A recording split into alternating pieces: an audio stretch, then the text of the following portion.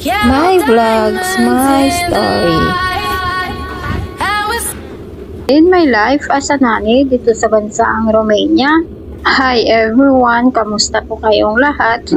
May nag-comment pala sa another social media account ko kung ilang buwan na daw dito ako sa Romania.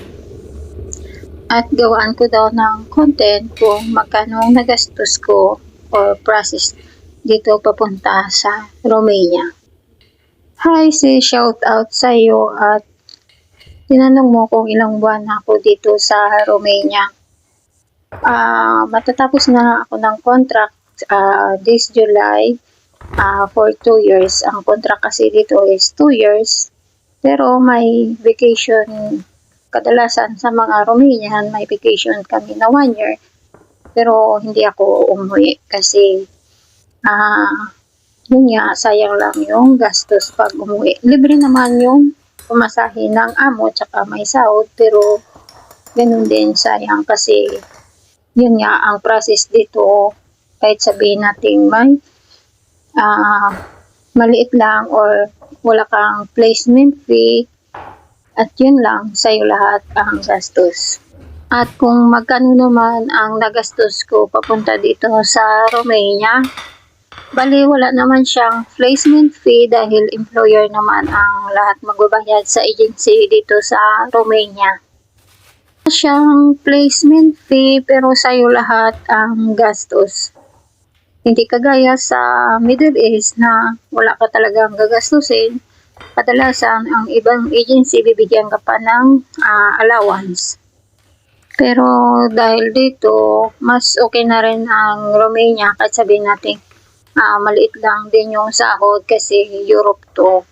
Pero yun nga, stepping stone mo na rin papunta ibang country.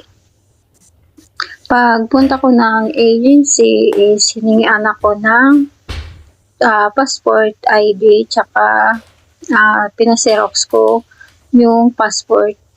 Yun lang kasi hindi naman kinuha nila yung original. Kukunin na nilang original pag andyan na yung working permit mo. First, nag-apply muna ako sa agency. Galing ako ng Kuwait.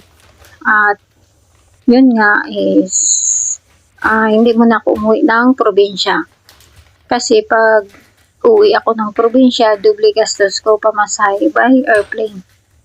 Kaya inintay ko muna ng open yung agency tsaka ako nag-apply. At yun na nga, pinasa ko yung mga requirements ko at hiningian ako ng passport ID tsaka yung passport ko, pinaserox nila. Pero binalik din ang original. At to follow na lang ang NBI ko. At nung dumating na pala yung job offer ko is tumawag yung agency ko na pwede na akong mag-medical. Ang kagandahan lang sa agency ko is hindi ako pumunta ng agency kasi sabi pwede naman ako maghanap ng hospital basta accredited lang ng for abroad. At yun na nga, naghanap ako at ang nagastos ko sa pag-medical ko is 7,500 at nung pina-abdomen ultrasound ako is dahil nakitaan ako ng myoma, kaya tumawag ako sa agency na meron akong myoma.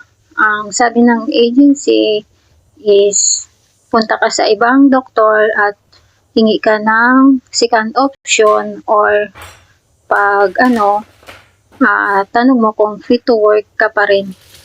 Kaya dagdag gastos din ako nung nagkaroon ako ng myoma. Pero thanks God, hindi ko naman siya pinaopera. Is ang sabi lang ng doktor sa akin, ingat ka lang sa kinakain ko. Lalo na sa Middle East, lalo na yung mga pagkain namin doon is mga frozen, kadalasan, lalo na yung manok. Ang binayad ko nung nagpa-second option ako sa ibang doktor is 2,500. Tapos, nanghingi natin ako ng certificate fit to work. At yun nga, tumawag yung agency ko na okay daw kasi pumayag yung employer ko at yung agency dito sa Romania, pero gumawa lang ako ng kasulatan na in case kung anong mangyari is sa akin lahat ang gastos pa uwi ng Pilipinas. At thanks God, tatapos na rin ang kontrata ko, hindi ko na feel yung nakitaan sa akin ng doktor. At share ko na rin po na ingat na lang din po sa kinakain natin sa araw-araw. At yun na, okay na yung medical ko. Tapos, pagkasunod is nagpidos na ako noon. Pero maganda lang kasi online. Tapos, nung nagkapidos na ako is tumawag ang agency ko kung may TESDA na daw ako.